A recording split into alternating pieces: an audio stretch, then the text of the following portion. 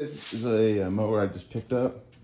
No bag, just a basic push mower with a 550EX Briggs & Stratton, which is 140 cc's. It has the auto choke. Going through it, it has enough oil in it. I have not checked the air filter. It feels like it's low on compression. And the blade adapter has the washers kind of as like half cracked off, broken off. So I did pull it briefly and it kind of puffed a little bit. So we may be dealing with a broken flywheel key. Let me get this on the stand and so you can show me, I can show you how it starts. Here we go.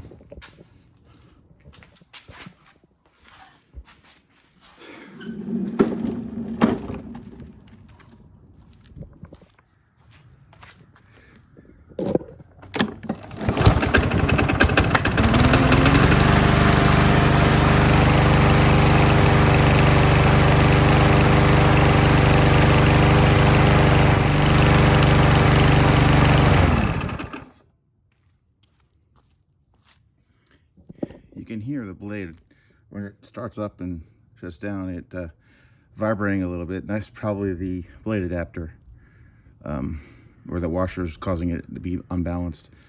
Let me see if I can have another washer for it. But it runs. We have spark. Enough compression to run. I may have to adjust the valves. And let's look at the air filter here. And that's the gas that was in it. I did not do anything. And we need another air filter. This one's trash. And I need to clean out all that. I'm surprised it ran. I buy these air filters in bulk. So I have a bunch in here. I don't buy a whole lot of them, but enough. And they had a good deal on these other ones that are for the ones that took the foam filter, and this is a Briggs Classic that someone gave me. So the plan is I'm going to clean out the air box, put a new air filter in, go through the blade and see if I got another washer for it.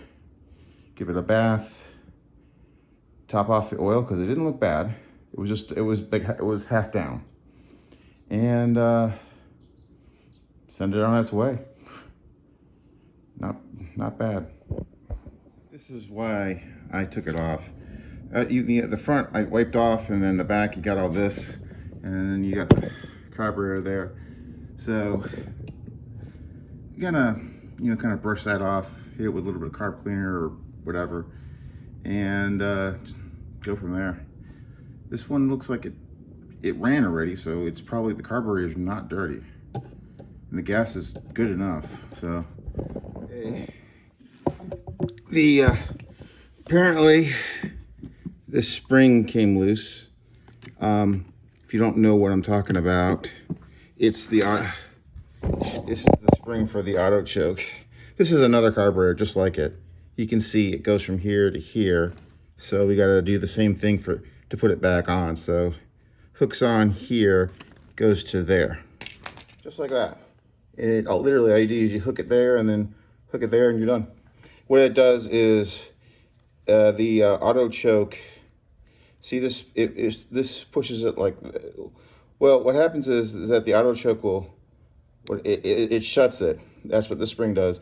But when the auto choke heats up, it'll push this like this to open up the choke, because it's the thermostat on the muffler has moved it. That's that thing up there. This. So all I gotta do is put that spring on like I did and put it back. I gotta clean up all this. This is just disgusting. So I will wash this. Just that right now, all my water is off for the winter. Today's like the warmest day we've had all year. It is February 28th is when I'm shooting this, a weekend. I do this stuff on the weekend just as a hobby. Also, as I have time, then Otherwise, my day job is now I work with computers.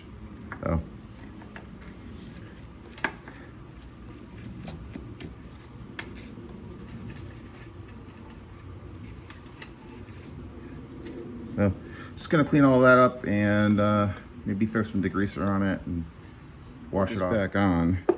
First thing you're gonna do is put the linkage in here. To do that, you need to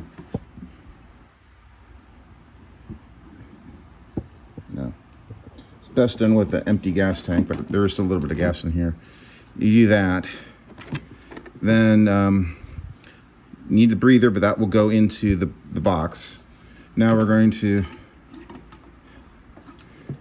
slide this in. Let's see, yeah, slide this in, but we need to hook up this auto choke here. So you do this. You can bend it a little bit; it won't hurt it. There, like that, and then push it in, and then snap in the gas tank up top. Like that. Excuse me. So now, as you see, I'll throw some carb clean in there and clean it out. What happens is on the auto choke, it's attached to this thermistor that's hooked to the muffler. As it heats up, it pushes this out, opens the choke, and when it cools off, it shuts it automatically. So if this is bent wrong, or your thermostat's bad, or there's some sort of gunk in all these linkages, it's gonna sound like it's running on choke all the time, because it can't move.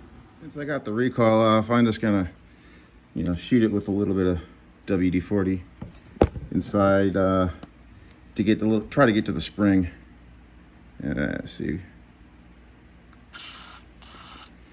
So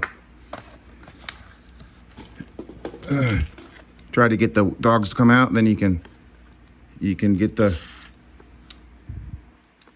paws or dogs, or what you want to call it. If anything, that just cleans it out a little bit and lubricates a little. So just gonna put everything back, and I'll stick a new air filter in my box of pull rope stuff and whatever. It's missing the eyelet. This isn't the one that goes to this machine. This is for like a AYP product, Craftsman, whatever. It should still work on this. I just need something to hold the cord. Got the new air filter here. And I buy them on eBay, Amazon, whatever. It's not OEM, but it's an air filter.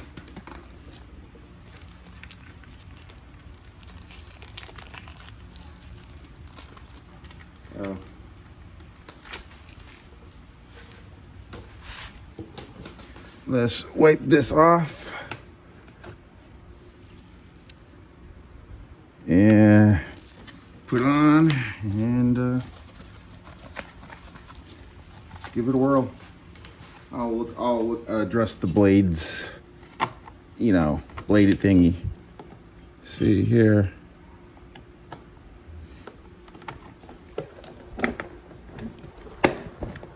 There we go.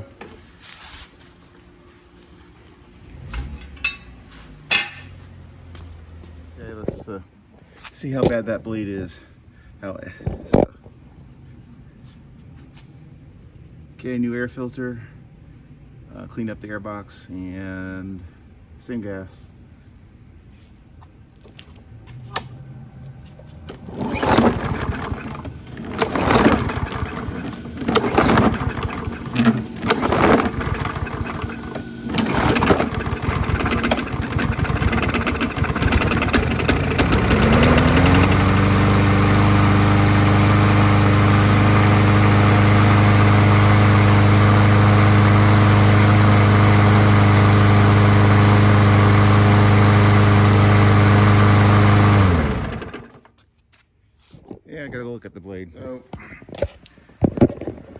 look at this blade.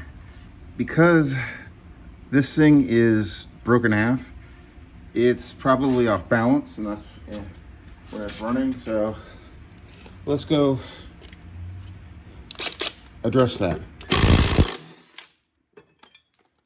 As you can see, this thing just shattered. So wonder if I have a different kind of washer that'll fit it. I know it's not the right one, but you know, that might just work. Let me see if I've got another one. It's a little bit, might be a little bit bigger to give it more surface area. Yeah, that one might do it. So I'll sharpen it and balance it and then put it back on with that washer, because this one's toast. Put a nice edge on it. It's balanced and sharp. This will be the final look at this. This yard machines I just picked up. Stuff I did to it is I fixed the blade out of balance issue, put a new washer on it, cleaned it up with power washing it. I put a new air filter on it, cleaned out the air box, topped off the oil, touch up painted it, and added this pull cord holder that was missing. It's for a different mower, but it'll work. Oh, and like I said, I touch up painted it. So this is sharpened blade. This should be good to go in the spring here in a few weeks. Later, tubes.